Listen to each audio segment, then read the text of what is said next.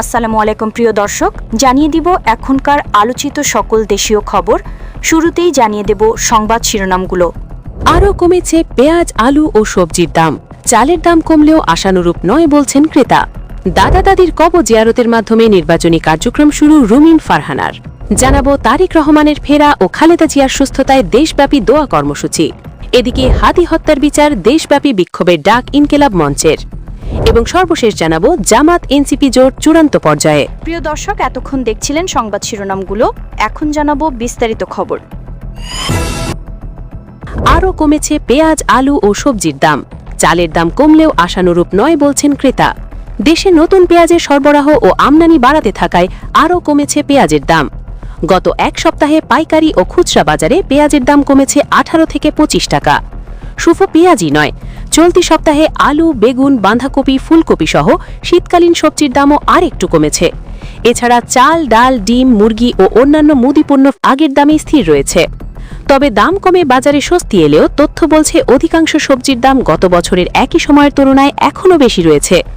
এছাড়া আমনের ভরা মৌসুমে চালের দাম কতটা কমানো প্রয়োজন ততটা কমেনি বলে মনে করছে ক্রেতারা। এক্ষেত্রে ব্যতিক্রম আলুর বাজার। সাধারণত অন্যান্য বছর এই সময় আলুর দাম 50 টাকার উপরে থাকে, কিন্তু চলতি বছর 25 টাকা কেজিতে নেমেছে। সবজিতে সন্তুষ্টি প্রকাশ করলেও চালের দাম নিয়ে এখনও অস্বস্তিতে রয়েছে ক্রেতারা। তারা বলছেন দাম কমলেও এখনও অনেক বেশি রয়েছে। রাজধানীর সবচেয়ে বড় পাইকারি শ্যামবাজার গতকাল দেশি নতুন পেঁয়াজ বিক্রি হয়েছে 42 থেকে 47 টাকা কেজি। এক সপ্তাহ আগে পাইকারিতে এই পেঁয়াজের দাম ছিল 60 থেকে 65 টাকা। এছাড়া আমদানি পেঁয়াজ বিক্রি হয়েছে 45 থেকে 50 টাকা কেজি, যা এক সপ্তাহ আগে ছিল 70 থেকে 72 টাকা। পাইকারিতে কমে আসায় খুচরাতে দাম কমেছে। গতকাল রাজধানীর মালিবাগ, সেগুনবাগিচা, মানিকনগর সহ বিভিন্ন বাজারে খুচরায় বেশি নতুন পেঁয়াজ বিক্রি হয়েছে 60 থেকে 65 টাকা কেজি, যা এক সপ্তাহ আগে 85 থেকে 90 টাকা। আমদানির পেঁয়াজ বিক্রি হয়েছে 65 থেকে 70 টাকা কেজি, যা এক সপ্তাহ আগে ছিল 95 থেকে 100 টাকা। কৃষি বিপণন অধিদপ্তর ও বাজার তথ্য বলছে, খুচরা বাজারে গুটি, স্বর্ণা সহ মোটা চাল বিক্রি হয়েছে 50 থেকে 55 টাকা কেজি। তবে এই দামও বেশি বলছে ক্রেতারা। যদিও গত বছর একই সময় মোটা চাল ছিল 52 থেকে 58 টাকা। বিআর 28, বিআর 29, পায়জামা সহ মাঝারি মানের চাল বিক্রি হচ্ছে 55 থেকে 60 টাকা কেজি, যা গত বছর ছিল 60 থেকে 65 টাকা। কাটারি সম্পা, কাটারি জিরাশাইল সহ সরু চাল বিক্রি হচ্ছে 65 থেকে 90 টাকা কেজি, যা গত বছর একই সময় ছিল 72 থেকে 85 টাকা। মালিবাগ বাজারের ক্রেতা আবুল হোসেন বলেন, মাঝারি মানের 1 কেজি সরু চাল কিনতে এখনও 70 থেকে 75 টাকা লাগছে। আমনের এই ভরা মৌসুমে এটা অনেক বেশি। চালের দাম আরও কমে আসা উচিত। প্রতিবেশী দেশগুলোতে চালের দাম অনেক কম। দাদা দাদির কবর জিয়ারতের মাধ্যমে নির্বাচনী কার্যক্রম শুরু রুমিন ফারহানার। দাদা দাদির কবর জিয়ারতের মধ্য দিয়ে ব্রাহ্মণবাড়িয়া 2 আসনে নির্বাচনী কার্যক্রম শুরু করেছে দলীয় মনোনয়ন বঞ্চিত হয়ে স্বতন্ত্র প্রার্থী হওয়া বিএনপির আন্তর্জাতিক বিষয়ক সহ সম্পাদক রুমিন ফারহানা। রুমিন ফারহানা গণমাধ্যমকে বলেন, আমি আজকে গ্রামের বাড়িতে দাদা দাদির কবর জিয়ারতের মধ্য দিয়ে নির্বাচনী কার্যক্রম শুরু করলাম। আমি 17 বছর অন্যায়ের বিরুদ্ধে যুদ্ধ করেছি। 17 বছর দেশের মানুষের অধিকারের পক্ষে লড়াই করেছি। আমি এলাকার এবং দেশের মানুষের দোয়া চাই। আমি নির্বাচন চালিয়ে যাব। রুমিন ফারহানা আরও বলেন, আমার এলাকার মানুষের প্রতি আহ্বান থাকবে, তারা ভোটের মাধ্যমে জবাব দেবে 17 বছর কারা তাদের পক্ষ হয়ে কথা বলেছে। তারা ভোটের মাধ্যমে জবাব দেবে। আমার প্রতি অন্যায় হয়েছে। তাদের একটাই দাবি ছিল জোট দিয়েন না, কিন্তু সেই আকুতি গ্রাহ্য করা হয় নাই। তারেক রহমানের ফেরা ও খালেদা জিয়ার সুস্থতায় দেশব্যাপী দোয়া কর্মসূচি। বিএনপির প্রাক্তন চেয়ারম্যান তারেক রহমানের দেশে ফেরা ও দলের চেয়ারপারসন খালেদা জিয়ার সুস্থতা কামনায় দেশব্যাপী দোয়ার আয়োজন করেছে বিএনপি। শুক্রবার জুমার নামাজের পর এই দোয়া অনুষ্ঠিত হবে। বিজ্ঞপ্তিতে বলা হয়, শুক্রবার রাজধানীর এভারকেয়ার হাসপাতালে চিকিৎসাধীন গণতন্ত্রের মা, সাবেক প্রধানমন্ত্রী ও বিএনপি চেয়ারপারসন দেশনেত্রী খালেদা জিয়ার সুস্থতা কামনায় এবং দীর্ঘ 17 বছর পর বিএনপির প্রাক্তন চেয়ারম্যান তারেক রহমান পরিবারসহ স্বদেশ প্রত্যাবর্তন উপলক্ষে বাংলাদেশ জাতীয়তাবাদী দল বিএনপির উদ্যোগে ঢাকাসহ দেশব্যাপী মসজিদে মসজিদে জুমার নামাজ শেষে দোয়া অনুষ্ঠিত হয়। বিজ্ঞপ্তিতে আরও উল্লেখ করা হয়, ঢাকাসহ দেশব্যাপী বিএনপি এবং এর অঙ্গ ও সহযোগী সংগঠনের সকল পর্যায়ের নেতাকর্মী ও সাধারণ জনগণকে এই দোয়ায় অংশগ্রহণের জন্য আহ্বান জানায় দলটি। হাদি হত্যার বিচার, দেশব্যাপী বিক্ষোভের ডাক ইনকিলাব মঞ্চের। ইনকিলাব মঞ্চের প্রবক্তা শহীদ শরীফ ওসমান বিন হাদি হত্যার বিচারের দাবিতে দেশব্যাপী বিক্ষোভের ডাক দেওয়া হয়েছে। জুমার নামাজের পরে কর্মসূচি পালন করা হবে। একই সঙ্গে দোয়া মোনাজাত করা হবে। রাতে ইনকিলাব মঞ্চ ও ওসমান হাদির অফিসিয়াল পেজে দেওয়া পোস্টে কর্মসূচি ঘোষণা করা হয়।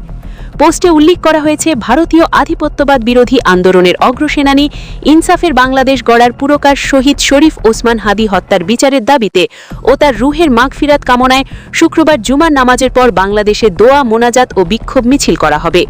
জামাত এনসিপি জোট চূড়ান্ত পর্যায়ে। জাতীয় নাগরিক পার্টি জোটবদ্ধভাবে নির্বাচন করবে এমনটা প্রায় নিশ্চিত। জোট কার সঙ্গে? বাংলাদেশ জাতীয়তাবাদী দল নাকি জামাত ইসলামীর সাথে? তবে জামাতের সঙ্গে জোট প্রায় চূড়ান্ত। জোট হচ্ছে জামাত এনসিপির মধ্যে। আসন ভাগাভাগি কেমন হবে তা নিয়ে দই টানাটানি অব্যাহত রয়েছে। তবে এনসিপি নেতারা বলছেন, জোট নিয়ে টানা বৈঠক চলছে। 50টিরও অধিক আসন চাচ্ছে বিএনপি, কিন্তু জামাত নেতারা বলছেন আসন সমঝোতা নিয়ে জরিপের উপর গুরুত্ব দেওয়া হবে। মিত্রদের এমন আসন ছাড়া হবে না যেখানে ওই মিত্রদের পরাজয় নিশ্চিত। মিত্রদের জয় নিশ্চিত এমন আসন ছাড়া হবে। এ প্রসঙ্গে এনসিপি সিনিয়র যুগ্ম আহ্বায়ক আরিফুল ইসলাম আদিব বলেন, জামাতের সঙ্গে জোট গঠনের আলোচনা বৈঠক হচ্ছে, তবে অনেক বোঝাপড়া রয়েছে। আসন থেকে শুরু করে দলীয় বিষয়গুলো উঠে আসছে। তবে জোট কতটুকু এগোচ্ছে, জোটের ঘোষণা কখন হবে এই বিষয়টি এখনও বলা যাচ্ছে না। চূড়ান্ত ঘোষণা এলে আনুষ্ঠানিকভাবেই আসবে। আনুষ্ঠানিকভাবে জোটের আলোচনা বৈঠক চলমান রয়েছে। জোটের মধ্য দিয়ে নির্বাচন হলে আলাদা মার্কা নিয়ে নির্বাচন করতে হবে। আরিফুল ইসলাম আদিব আরও বলেন, এ জোট অন্যান্য জোটের মতো নয়। দল এবং প্রতীক বিচ্ছিন্ন করে আমরা জোট করছি না। জোট হবে আমাদের প্রতীক নিয়ে আমরাই নির্বাচন করব। এ জোট হবে রাজনৈতিক বোঝাপড়ার মধ্য দিয়ে। জোট গঠনে আসন ভাগাভাগির বিষয়টি গুরুত্বপূর্ণ হয়ে ওঠে। এখানে আসন ভাগাভাগি নিয়েও আলোচনা বৈঠক চলছে। 50টিরও অধিক আসন নিয়ে কথাবার্তা চলছে। জামাত সূত্র জানায়, দলটি 2 শতাধিক আসনে সরাসরি দলীয় প্রার্থী দেবে। জোট চূড়ান্ত হলে এনসিপি, এবি পার্টি, অন্যান্য ইসলামী দলসহ মিত্রদের জন্য 80টি আসন ছেড়ে দেবে। বিএনপি তার শরিকদের সঙ্গে সমঝোতায় আসন ছেড়েছেন। এমন পরিস্থিতিতে জামাত এনসিপির জোট গঠন তৎপরতা আরও বেড়ে যায়। রাতে জরুরি ভিত্তিতে এই দুই দলের শীর্ষ নেতাদের সমন্বয়ে আলোচনা বৈঠক হয়েছে। বৃহস্পতিবার এ নিয়ে আলোচনা হয়। দ্রুত সময়ের মধ্যে এই দুই দলের জোট গঠনের ঘোষণাটি প্রকাশ্যে আসবে এমন ইঙ্গিত দিয়েছে দু দলের বেশ কয়েকজন শীর্ষ নেতা। এনসিপিকে 27 থেকে 28টি আসন ছেড়ে দিতে চায় জামাত ইসলামী। দুই দলের ঘনিষ্ঠ একটি সূত্রে এ খবর মিলেছে। এদিকে দুটি দলের মধ্যে জোট হচ্ছে এমন বার্তা দিয়ে সামাজিক যোগাযোগ মাধ্যমে পোস্ট দিয়েছেন জুলাই অভ্যুত্থানের অন্যতম নেতা, বৈষম্য বিরোধী ছাত্র আন্দোলনের সাবেক সমন্বয়ক আব্দুল কাদের। সকালে এক ফেসবুক পোস্টে তিনি লেখেন, সবকিছু ঠিক থাকলে আগামীকাল এই জোটের ঘোষণা আসতে পারে। তার এমন পোস্টের পর এনসিপি কিংবা জামাত ইসলামের কোনো আনুষ্ঠানিক বক্তব্য পাওয়া যায়নি। তবে বৃহস্পতিবার বিকেলে এনসিপির যুগ্ম সদস্য সচিব ও মিডিয়া সেলের প্রধান মুশফিকুল সালেহীন বলেন, তার বক্তব্যের বিষয়টি একান্ত তারই। তবে আমরা তো বলছি জোট গঠনের জন্য জামাতের সঙ্গে বৈঠক চলছে, আলোচনা হচ্ছে। চূড়ান্ত হলেই সবাই জানতে পারবে। এনসিপির আহ্বায়ক নাহিদ ইসলাম বেশ কয়েক মাস ধরেই বলে আসছিলেন, এনসিপি এককভাবে নির্বাচন করবে। সেই লক্ষ্যে প্রথম পর্বে 125টি আসনে প্রার্থী দেওয়া হয়। দ্বিতীয় পর্বে বাকি আসনে প্রার্থী দেওয়ার সিদ্ধান্ত চূড়ান্ত করে দলটি। অপরদিকে চলতি বছরের 28 অক্টোবর এনসিপির মুখ্য সমন্বয়ক নাসরুদ্দিন পাত্রী জানিয়েছেন, জাতীয় সংসদের আসন্ন নির্বাচনে বাংলাদেশ জামাত ইসলামীর সঙ্গে বোঝাপড়া করতে পারবেন না। তবে নাহিদ ইসলাম এও বলেছিলেন, সমঝোতা বা জোট রাজনৈতিক বা আদর্শগত জায়গা থেকে হতে পারে। জুলাই সনদ ও আমাদের সংস্কারের দাবিগুলোর সঙ্গে যদি কোনো দল ঐক্য সংহতি প্রকাশ করে, সেক্ষেত্রে জোটের বিষয়টি বিবেচনা করা হতে পারে। প্রিয় দর্শক, এই ছিল এখনকার গুরুত্বপূর্ণ নিউজ। আরও গুরুত্বপূর্ণ নিউজ নিয়ে ফিরছি কিছুক্ষণের মধ্যে। নিউজগুলো সবার আগে দেখার জন্য এই চ্যানেলটি সাবস্ক্রাইব করে আমাদের সাথে থাকুন। ধন্যবাদ।